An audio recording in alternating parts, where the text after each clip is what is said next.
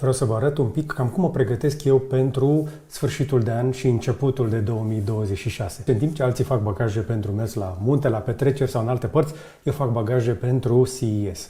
Ca așa cum fac deja de poate prea multă vreme, de mai mult de un deceniu și jumătate tot merg la acest mare târg de tehnologie și o să vă arăt cam cum arată chestiile importante pe care le au prin bagaj. Câteva s-ar putea să vă ajute și pe voi dacă aveți vreodată de gând să ajungeți în Statele Unite sau la un astfel de târg de tehnologie. De când tot merg eu acolo, s-a îmbunătățit și calitatea echipamentului care filmez și s-a miniaturizat.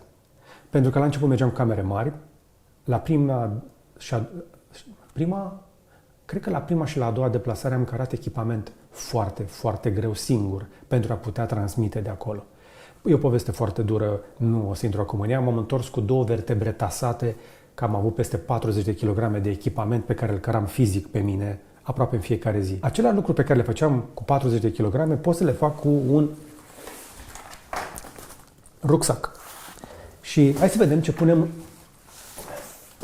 într-un rucsac. Ne-au trimis prietenii noștri de la Focus Nordic, importatorul Small Rig, un astfel de kit. Și vreau să-ți arăt un astfel de kit de filmare pe care l-am primit, să-l testez cu ocazia asta și vreau să văd dacă mă convinge și va intra în geanta mea, pentru că eu momentan filmez cu alte chestii. Mi-au mai trimis și un suport foarte simplu, cu 2 mâini. Asta este o chestie pentru cei care vor să facă filmări stabilizate, dar din mână. Telefoanele deja au stabilizare foarte bună. Nu prea mai avem nevoie de multe gimbal-uri, deși și alea s-au îmbunătățit mult în ultima vreme. Vi le arăt și pentru că ei ne-au trimis să le testăm, dar am decis deja, pentru că am aflat câte ceva despre ele, să le și punem pe magazin. Deci vă fac și un pic de promo dacă vreți să le cumpărați. Dar nu e obligatoriu, alea sunt mai degrabă pentru noi creatorii. Hai să vă arăt totuși ce intră în geanta mea și vi le arăt și pe alea. În primul rând îmi va trebui o baterie mare. O să-mi iau cel puțin una și asta este una puternică. Asta este de la Ugreen, 145 de W, o știți deja, am mai avut-o pe site. Nu știu dacă mai avem acum pe stoc. O să mai iau un încărcător de felul ăsta, cu mai multe mufe. Asta este Ugreenul de 100 de W, care în timpul anului, să zicem așa, că nu sunt în deplasare aici, dar este compact, îmi încarcă mai multe chestii și va merge cu mine în deplasarea asta. Deci baterii, încărcătoare, cabluri. O să-mi iau cablurile astea bune ale noastre. Acum, spre exemplu, îmi încarc niște căști True Wireless. Sunt încă între, dacă să-mi iau, spre exemplu, la mine, niște căști True Wireless de felul ăsta, sunt AirPods Pro ultima generație sau FreeBuds Pro 4. Acestea sunt cele mai bune căști True Wireless din punctul meu de vedere, excelente. Problema este că pe zboruri lungi bateria nu o să țină și chiar aș vrea să pot să dorm. Și va trebui să văd dacă voi sacrifica ceva din bagajul de cabină, pentru că v-am spus că n-am bagaj de cală, ca să-mi iau cu mine o pereche de căști over-ear. Asta e partea de lux. Dar trebuie să mai bag chestii în bagajul de mână, pentru că nu o să-mi las camerele și echipamentul de filmare la cală. Pentru că nici nu am cală și am început să pun totul în trollerul de mână. O să-mi iau o astfel de geantă în care vreau să-mi pun tot ceea ce voi lua cu mine efectiv prin standuri și în ea, până acum, spre exemplu, în ultima perioadă am ajuns ca de la o cameră de felul ăsta, am ajuns la un astfel de pouch în care există o astfel de cameră cu gimbal.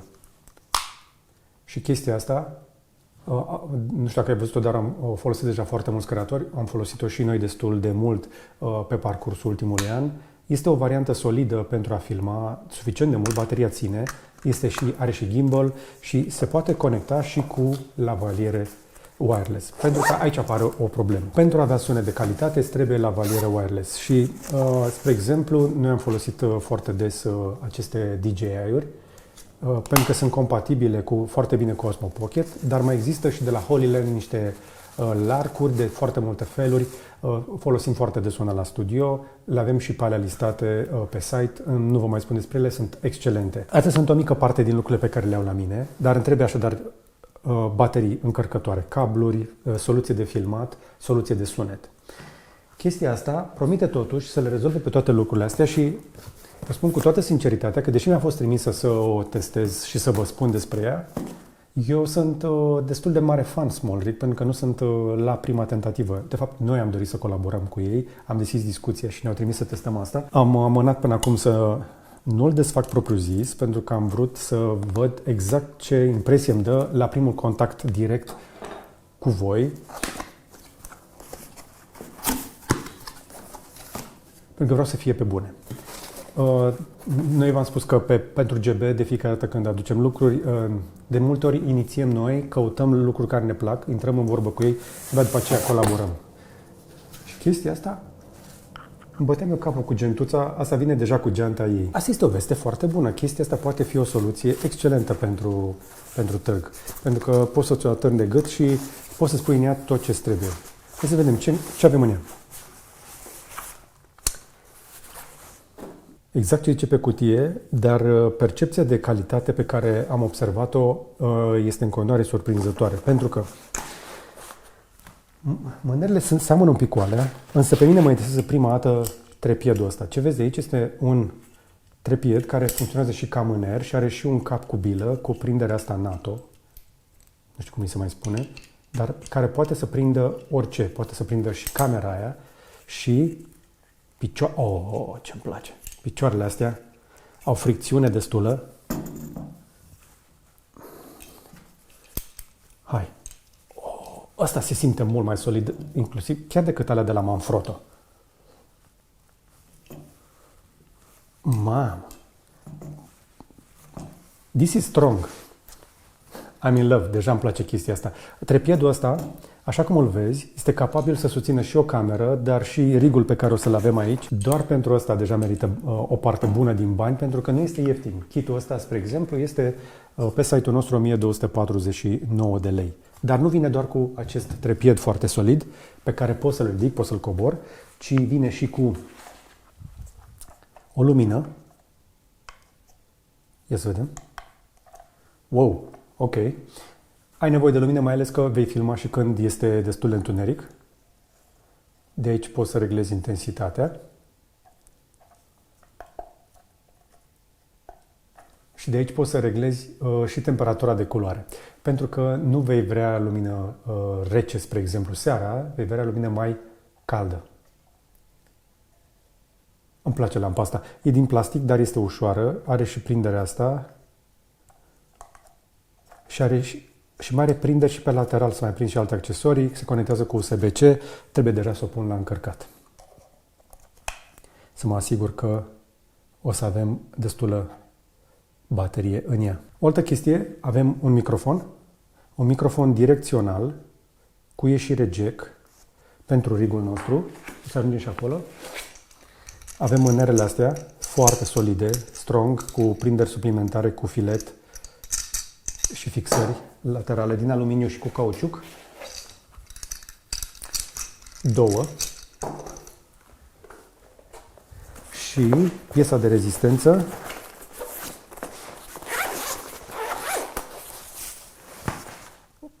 Așa.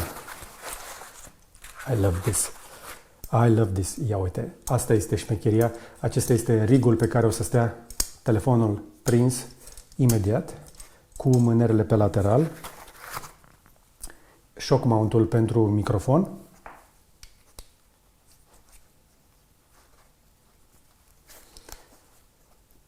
ca să avem sunet bun, dar să nu băzie, să nu vibreze. Și asta este o chestie importantă, o să-ți arăt imediat la ce folosește. Mai am o prindere. Ce mai avem aici? Ce mai avem? Cabluri și adaptoare. Asta era o piesă importantă. Chiar mă gândeam ce o să fac, că nu aveam așa ceva.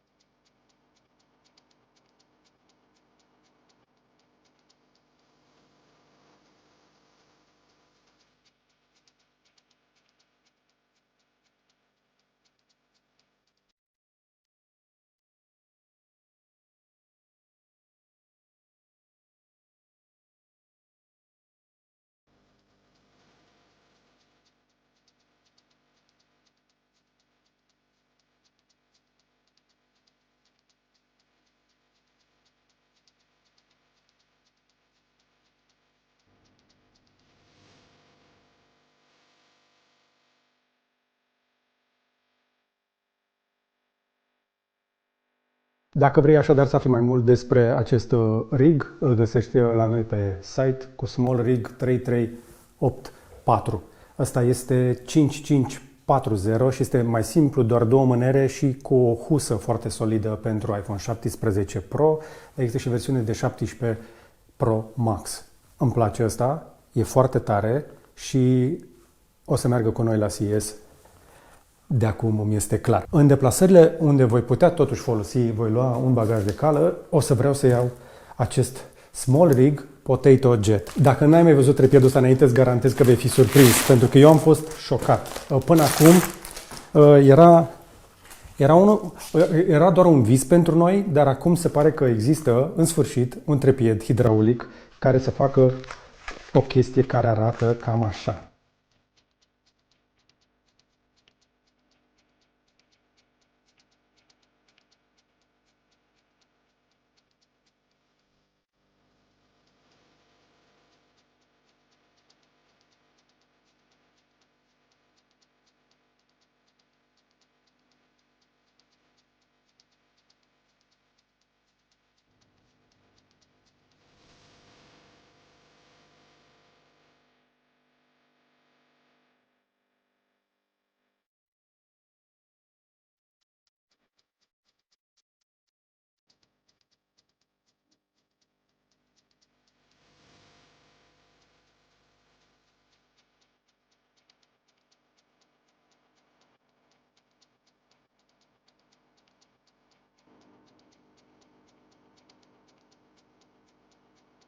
Sper că această privire behind the scenes să-ți fie să-ți fie hrănit un pic din curiozitate. Este un înlocuitor, dacă vrei, de Curiosity sau de altceva, dar am vrut să vă arăt cum o pregătesc eu. Cam atât însă de la mine. Încă o dată să aveți un an nou fericit. Vă mulțumesc dacă ați fost alături de mine. Dacă vreți să aflați mai multe despre aceste gadgeturi de la Small Rig, încă o dată le găsiți la noi pe gb.ro. Vreau să le mulțumesc celor de la Small Rig că le-au trimis pentru testare la noi. Dacă și voi le doriți, le puteți găsi acolo, unde mai avem și alte gadgeturi pe care noi, încă o dată, le selectăm și apoi le recomandăm. Cum ar mai fi, spre exemplu, aceste Ledger, portofelele astea pe care le luăm direct de la sursă, de la cei de la Ledger, suntem importator oficial. Come on! Așa. Și nu numai Ledger, mai avem și alte lucruri acolo. Avem inclusiv căștile de la meze, încărcătoare, cabluri de la Ugreen și toată gama de genți de la Think Tank. Intenționez să iau cu mine o geantă de la Think Tank în această deplasare. Cam atât însă pentru astăzi. Dar până data viitoare, să vă fie numai bine!